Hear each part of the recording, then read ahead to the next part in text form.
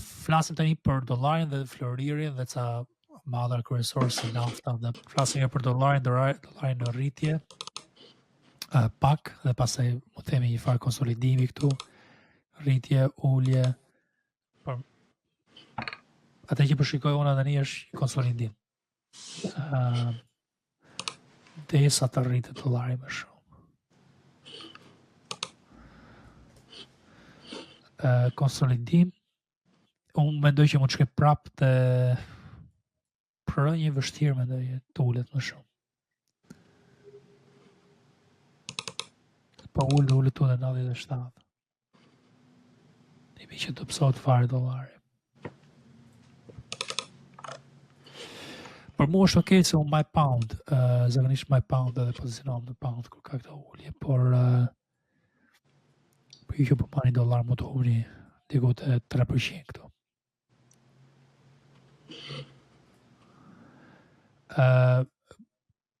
Po shikojnë dhe një gjë dhe themi që shumë qartë të dollari, RSI-a në rritje, po thu të zone 50 të RSI-a, pastaj kemi një rritje deri te 103. Bien, diçka tillë dhe ishte lëvizja. Këto, pa e le këtu si shënim. Pastaj kemi këtë ullin deri te 97. Kemi floririn.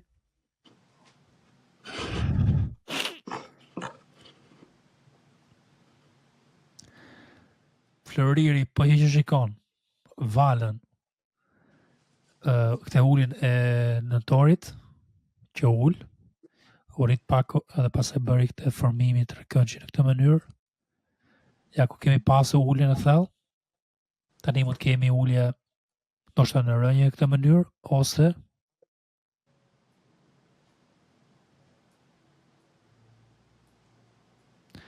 të bëhet paka shumë identik si formimi në nëntor.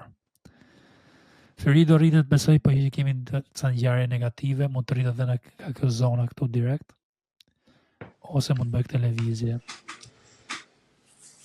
Deri tani nuk ka qenë keq. Ja ku e kemi. Qa mund bëj floriri këtu. Pas e kemi edhe tregtimin e dytë.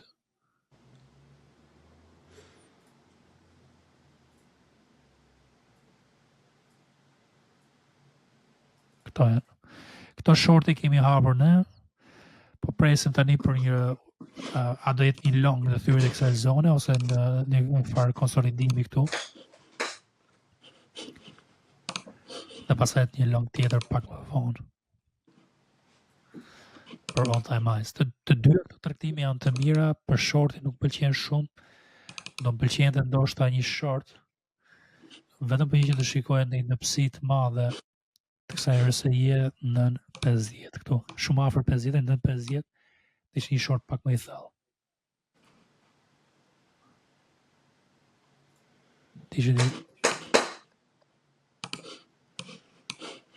Diçka tillë.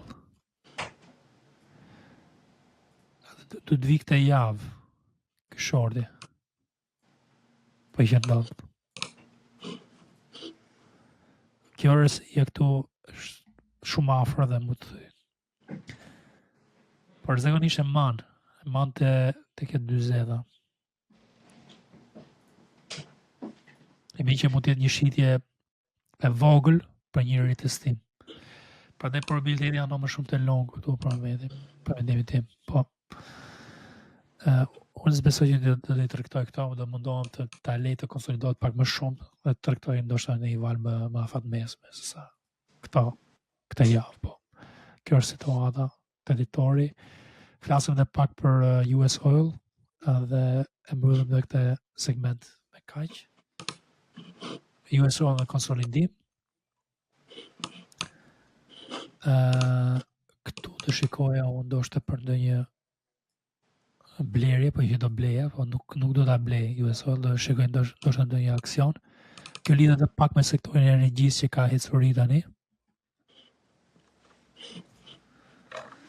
Dhe do ishte tregtimi i dur po që hecë sektori i energjisë deri këtu 1.3 për US Oil. Kjo është mendimi im. korrespondencë perfekte me le të themi fuqinë mbledhje mbi 50. Thyn këtë zonën dhe pastaj shkojmë deri këtu, bëhet shumë i blerë, këtu shitet merr 1.3. Këtë ishte USO. Kleo, ndonjë tjetër këtu për të parë apo ta bëll me kaq?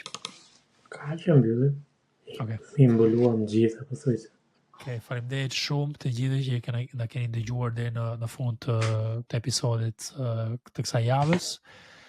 Ju ftoj që të bëni pjesë e YouTube-it tonë duke na ndjekur, që të merrni njoftime kur ne postojmë video të reja, dhe të bëni pjesë të TikTok-ut kur unë bëj disa live në javë, mund të bëj ndonjëherë bëj të dielën, ndonjëherë bëj gjatë javës, varet nga rrethanat e tregut, momentet e duhura që duhet dalë unë dhe të diskutoj tregjet. Keni dhe Telegrami që është komplet falas. Nuk ju chargjëm asgjë, nuk kërkojmë asgjë për Telegramin. Është një mënyrë për ne që ndihmojmë juve, të japim mendime gjatë javës. Një gjë që po japim këtu, po mund të japim edhe informacione që mund të dalin ditë mas dite. Linkun e Telegramit e keni te përshkrimi i videos më poshtë. Klikoni, hyeni, shikoni, mësoni diçka dhe ndoshta edhe antarët e tjerë mund të ndihmojnë me ca gjëra se janë shumë aktiv. Kemi 1300 antar, po kemi ai 20-30 antar që janë shumë aktiv dhe le të themi e vlerësojnë punën tonë. Kaq, ndonjë gjë tjetër për shtu këtu, Kleo? Faleminderit, na bëni subscribe në YouTube. Do të keni podcastin çdo javë. Edhe këto, do të shihemi javës tjetër.